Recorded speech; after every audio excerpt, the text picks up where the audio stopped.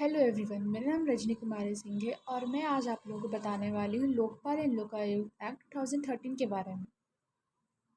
सबसे पहले हम समझते हैं कि लोकपाल कौन सी बॉडीज़ है। लोकपाल ना तो एक कॉन्स्टिट्यूशन बॉडी है और ना ही एक नॉन कॉन्स्टिट्यूशन बॉडी है। ये एक स्टैट्यूटरी बॉडी है। अब हम जानते हैं कि स्टैट्यूटरी बॉडी का मतलब क्या होता है। स्टैट्यूटरी बॉडी का मतलब होता है कि इसके सारे फीचर्स किसी न किसी कानून या किसी न किसी एक्ट में दिए गए हों। ठीक है, अब हम जानते हैं कि लोकपाल एंड लोकायुक्त एक्ट का काम क्या है। तो जो ये लोकपाल एंड लोकायुक्त है, ये 2013 के एक्ट में मेंशन किया गया है। तो जो 2013 का एक्ट है, उसके उसमें जो भी फीचर्स, उसमें सारे फीचर्स लोकपाल एंड लोकायुक्त के फीचर्स दिए गए हैं। अब हम जानते हैं कि लोकपाल एंड लोकायुक्त का काम क्या है। तो लोकपाल जो तो लोकपाल सेंटर के लेवल पे काम करता है और जो लोकायुक्त है वो स्टेट के लेवल पे काम करता है। जैसे कि हमारे इंडिया में बहुत सारे बड़े बड़े पावरफुल पोस्ट हैं। तो हम सोचते हैं कि जब वो कोई फ्रॉड करेंगे, जब उनसे कोई गलतियाँ हो जाएंगी तो उनकी कंप्लेंट कौन सुनेगा।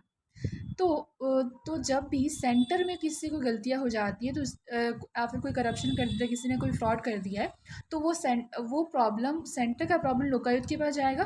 और स्टेट में किसी ने फ्रॉड किया है तो वो प्रॉब्लम लोकायुक्त के पास जाएगा। जिसने सेंटर में किया है, करप्शन किया है, उसका उसका जो भी फ्रॉड है, उसकी शिकायतें हम लोकपाल से करेंगे। और स्टेट में जो भी शिकायतें हैं हम वो लोकायुक्त से करेंगे। ठीक है, अब हम जानते हैं कि लोकपाल और लोकायुक्त का स्टैब्लिशमेंट कैसे हुआ था।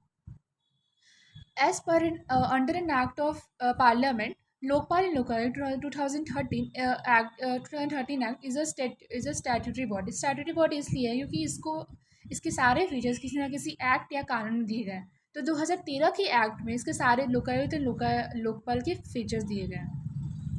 अब हम जानते हैं कि इसके कितने मेंबर्स होते हैं। तो इसके 1 चेयरपर्सन होते हैं और 8 मैक्सिमम मेंबर्स होते हैं।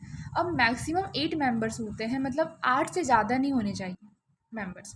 और 50% जुडिशियल मेंबर्स होंगे। मतलब अगर 8 मैक्सिमम मेंबर्स हैं तो उसमें 4 जुडिशियल मेंबर्स होंगे।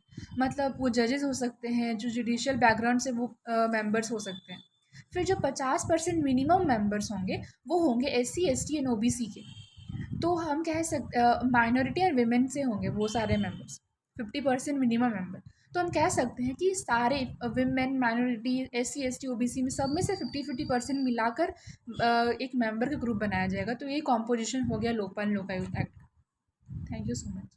और सबसे पहले इंडिया में 2019 के एक्ट में लोकपाल लोकायुक्त को इंडिया में इस्टेब्लिश किया गया था। और लोकपाल एक हिंदी मीनिंग है, तो इसका इंग्लिश मीनिंग हो गया ऑम्बर्ट्समैन। ऑम्बर्ट्समैन मतलब कि ये शिकायतें सुनने वाला। और ऑम्बर्ट्समैन जो है